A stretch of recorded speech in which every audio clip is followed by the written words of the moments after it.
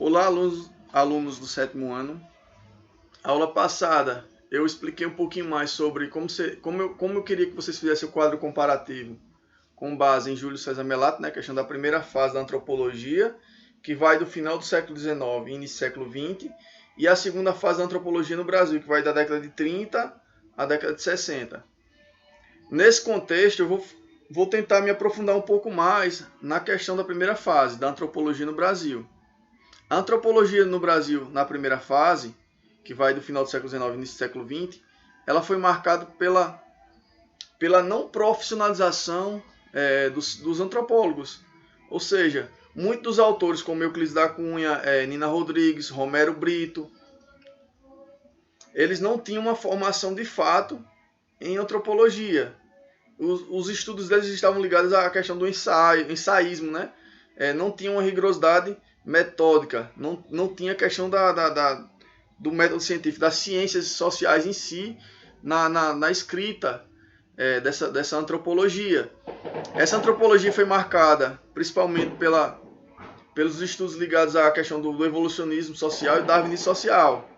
Havia a ideia de hierarquia racial, uma raça seria superior à outra.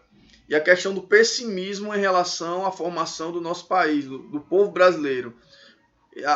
Como existia a ideia da hierarquia racial, o grande ponto desse período era como um povo majoritariamente formado por povos negros, pela raça negra, pelos mestiços e pelos indígenas, como é que essa sociedade brasileira formaria o nosso Brasil, essa formação do povo brasileiro. Como é que o país alcançaria o desenvolvimento com uma grande maioria de pessoas ligadas a essas três raças, principais raças, que eram tidas como inferiores.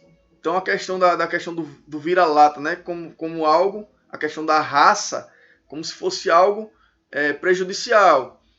Atualmente, a partir da década de 30 e posteriormente, com os estudos na genética também, voltado para a antropologia, a questão da estudo da genética do ser humano, percebeu-se que essa questão da raça, da questão da biologia do ser humano, não há tanta diferença em questão de raça. Então, a questão da raça é mais um conceito preconceituoso do início do período do século XIX, né? Do meado do século XIX até início do século XX. Então há uma forte influência do preconceito, advindo da escravidão também. Essa primeira fase da antropologia, a gente tem que pensar como se deu esse contexto da história, né? Se a gente partir para pensar, quando foi que ocorreu a abolição da escravatura? Por volta de 1888, ou seja, final do século XIX. E havia uma forte influência da sociedade escravocrata, né? Então, nesse período, os negros ficaram marginalizados. Até hoje há resquício disso, né? Se a gente parar para pensar, se a gente for fazer uma análise das comunidades que existem urbanas, né? Nos setores da vida urbana, que estão como é que eu posso dizer, pessoal? Desculpem. As pessoas que estão em situação de risco, né? De moradia, por exemplo.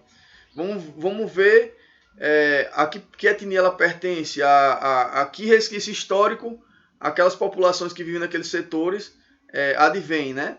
Então, se forem fazer um estudo e forem pesquisar a respeito também de estudos já feitos com relação às favelas, comunidades, por assim dizer, né? A cor da pele, por exemplo, vocês vão perceber que a predominância será de pardos e negros. Não quer dizer que não existam brancos também, marginalizados naqueles setores. Mas a formação das favelas ocorreu por esse fato. Os negros, quando houve a abolição da escravatura, como havia essa ideia do final do século XIX, início do século XX, essa ideia da hierarquia racial, quem tinha escravos não queria pagar um salário para o escravo. Eles tinham a pessoa que estava sendo escravizada, né, como um animal, como algo inferior a ele. Então eles não queriam pagar um salário para aquela pessoa trabalhar. Então os negros foram marginalizados nesse período. E até hoje há resquícios disso, né? Então, com essa marginalização, os negros ficaram sem acesso a trabalho, a moradia, e foram formar comunidades em áreas de risco, por exemplo, em morros. Por isso que a grande maioria, se a gente for olhar lá no Rio de Janeiro, as populações, a grande maioria dos negros estão nas favelas. Por quê? Houve a marginalização, né? Da urbanização também, no sentido da cidade crescer, e as pessoas que não tinham condições de estar num local adequado, eles iam fazer as suas casas nos setores mais afastados, em morros, em encosta de morros, em canto perto de rios, por exemplo. Então houve todo esse contexto de marginalização da população negra no Brasil. Nesse período também, no final do século XIX e início do século XX, devido a essa abolição da escravidão, houve a necessidade de mão de obra, mas como o negro era visto como algo inferior, e a questão da política de branqueamento, houve um incentivo à imigração europeia. Então, em São Paulo mesmo, veio da Europa muitos italianos, por exemplo, para trabalhar nas lavouras, trabalhar na cidade. Então, houve essa questão política do branqueamento. Eles acreditavam que em um determinado período a população negra seria assimilada e a população todinha ficaria branca, né? Com o cruzamento, né? Então havia uma ideia muito ligada à questão da raça. Eles tentavam branquear a população. Era uma forma de eugenia, ou seja, tentar formar uma sociedade totalmente branca. E percebeu-se que essa tentativa não deu certo, né? Então, nesse período, houve essa questão preconceituosa que ainda tem esses resquícios nos dias atuais. A questão do branqueamento. Então, a política de branqueamento, a questão da hierarquia racial, uma raça ser superior ou inferior à outra. Já a partir da década de 30, mais especificamente em 33 e 34, eu falei sobre a formação das principais escolas de antropologia, principalmente a Universidade de São Paulo, né? Houve a criação dos cursos ligados às ciências humanas. Então houve a profissionalização na segunda fase, diferentemente da primeira, né? Na segunda fase houve a profissionalização da antropologia no Brasil. Então o paradigma começou a mudar. Gilberto Freire mesmo, por exemplo, em 1933, ele escreveu o livro Casagrande e Senzala. Lá ele já muda a abordagem dele. Ele começa a ver a questão da mestiçagem como algo benéfico, como uma formação de um país forte com diferentes etnias.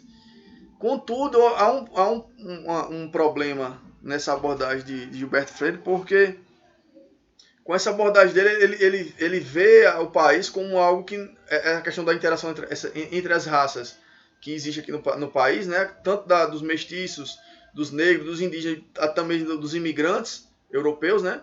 Ele vê algo como se fosse algo tudo harmônico, como se não houvesse preconceito. Então a ideia de não existir um preconceito de fato na sociedade brasileira, coisa que não é verdade no caso, né?